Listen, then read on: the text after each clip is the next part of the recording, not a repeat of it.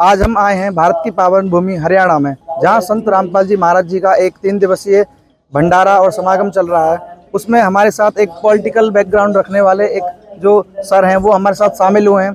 आइए उनसे जानते हैं कि उनको आश्रम में आकर कैसा लगा और उनके यहाँ पर कैसे अनुभव रहे। नमस्कार सर। नमस्कार सर, आपका क्या नाम है और आप कहाँ से आए?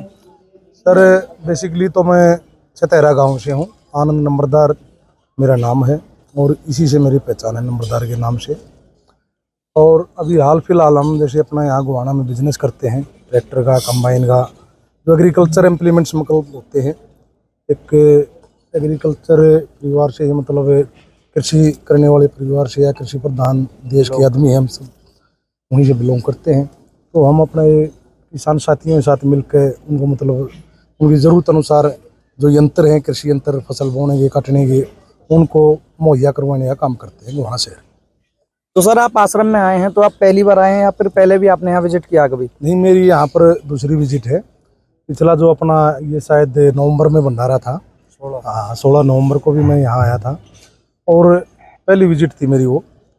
बाकी समाज में बहुत कुछ पहले मतलब नेगेटिव बातें भी सुनी थी गुरुजी के बारे में, लेकिन मैं तब 16 तारीख को यहाँ आया, मैंने दर्शन करे, व्यवस्था देखी, घूमा फिरा पूरा, मतलब पंडाल का मैंने मुआयना कराया। तो मतलब बहुत कुछ ऐसा महसूस होया कि भाई मुझे तो इन गुरुजी के साथ पहले ही जुड़ जाना चाहिए था।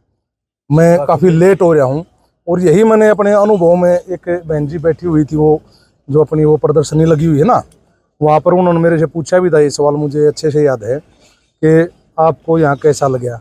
मुझे तो बिल्कुल ऐसा लगा कि मुझे काफ़ी पहले यहाँ आ जाना चाहिए था और गुरुजी से जुड़ जाना चाहिए था। तो सर, आप आश्रम में आए तो आपने भंडारा भी किया ही होगा। बिल्कुल। तो सर, यहाँ पर आकर आपने, क्योंकि आप एक नंबरदार हैं, तो आपने और भी जगह बहुत सारे भंडारे किए होंगे। बिल्कुल बिल्कुल। तो यहाँ जो भंडारा किया है उसमें आपने क्या भिन्नता पाई?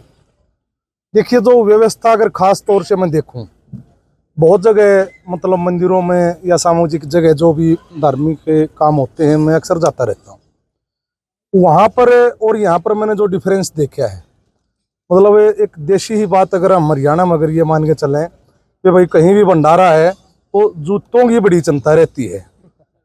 जूते तो पीछे एक भंडारे में हम गए हुए थे, इस भाई के 2,500-3 हज़ार रुपये के जूते थे। ये निकाल के जैसे अंदर दर्शन करके परिवार के साथ वापस आया तो आगे इसने मेरे को बताया कि भाई साहब मेरे तो कोई जूते ही उठा ले गया।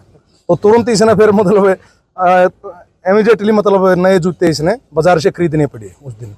लेकिन यहाँ पर जो व्यवस्था मैंने उस दिन देखी और आज भी बरकरार है और शायद पहले से ही चली आ रही है कि इतनी सुडौल व्यवस्था मैंने भाई साहब गुरुजी के भंडारे से अलग कहीं देखी ही नहीं अब तक।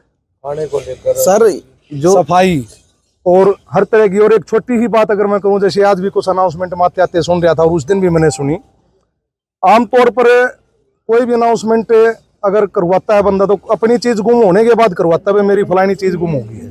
लेकिन यहाँ पर उसका विपरीत मैंने देखा है, जिसको चीज मिल जाती है वो जाके अनाउंसमेंट करवा रहा है कि भाई अगर किसी की, चाहे एक छोटा नोकिया फोन हो, चाहे कोई बड़ी वस्तु हो, वो खुद आदमी इतनी जिम्मेवारी अपनी मानता है, एक एक भक्त या सेवक जो यहाँ पर काम कर रहा है कि भाई ये मेरी नहीं है, किसी जरूरतमंद आदमी की ये गुम हो रही है और उसी तक पहुंचाने का काम यहाँ पर किया जा रहा है। ये मुझे बहुत बहुत अच्छा लगा जी, बहुत बढ़िया लगा। सर, इनके जो रामपाल जी महाराज जी के जो अनुयायी हैं उनका व्यवहार आपको कैसा लगा? और सर, क्योंकि आपने और भी जगह विजिट किया है, उनके व्यवहार में क्या अंतर पाया? देखिए, इतना विनम्र व्यवहार मतलब यहाँ देखने को जो मिला है, 2 बार में दूसरी आज मेरी विजिट है, और इतना मतलब एक मान सम्मान हर एक व्यक्ति का ही, कोई विशेष व्यक्ति के प्रति मैं नहीं कह रहा हूँ, मैंने देखा। मैं आज भी कुछ देर वहाँ घंटा आध घंटा बैठ के जाऊँगा। आपने यहाँ कोई ऊंच नीच नहीं पाई? कैसे कोई वीआईपी गेस्ट है उसके लिए अलग है? यहाँ पर ऐसा कुछ नहीं है। जो समानता का एक दर्जा हमारे देश में होना चाहिए और जो कहीं है, तो वो मैंने यहाँ गुरुजी के आश्रम में आकर देखा है। ये मैं बिल्कुल अपने दिल से ये बात कह रहा हूँ, कोई बनावटी बात इसमें नहीं है। यहाँ कोई ऊंच नीच नहीं है, कोई अमीर गरीब नहीं है, कोई भेदभाव नहीं है। सबका एक प्रेम भाव बिल्कुल एक दूसरे के प्रति, और अपनी जिम्मेवारी को हर एक आदमी, हर सेवक, अनजान आदमी भी आकर यहाँ अपनी जिम्मेवारी का एहसास करता है। तो सर, आप नंबरदार हैं तो आपकी जो कोई बात है जो आप रखते हो तो उसका एक वेट होता है, वो बात मानी जाती है समाज में। तो सर, जो लोग आपको देख रहे हैं, आप हमारे चैनल के माध्यम से उनको क्या संदेश देना चाहेंगे कि रामपाल जी महाराज जी का आश्रम कैसा लगा आपको और उनको यूथ को क्या संदेश देना चाहेंगे? देखिए, आज बहुत सी बुराइयां हमारे समाज में फैली हुई हैं और बहुत से प्रोपगेंडे भी मैं उनको कहूँगा कि भाई जैसे चलो मैंने ये डाला हुआ है अभी पीला वस्त्र, कोई भी मेरा जैसा और भी ऐसे डाल कर कहीं भी 50,000 40,000 1 लाख फॉलोअर अपने बना लेता है, अपने भगत बना लेता है, लेकिन कुछ ही दिन बाद उनका जो है पता लगता है भाई ये तो फलाना बाबा फलाना कांड करके निकल गया। लेकिन जो शांति और मतलब एक समाज को संदेश देने वाली बात अगर मैं कहूँ, अभी मैंने पता लगा गुहाना से हमारे वहाँ पे अपने जाट धर्मशाला का आयोजन मतलब जाट संस्थान कह लो, एक वहाँ बना जा रहा है सेक्टर 7 में। वहाँ पर गुरुजी की तरफ से एक पूरा फ्लोर जिसका मतलब कई करोड़ रुपए खर्चा बताया जा रहा है, उसमें अनेकों कमरे बनेंगे, हर तरह की सुविधा उसमें मतलब बनेगी, गुरुजी की तरफ से रही है। और मतलब मैं तो यूथ को ये कहूँगा अगर भाई कहीं अगर आपने अपनी जीवन को सुधारना है, अच्छी बातें सीखनी है तो गुरुजी से जुड़ें।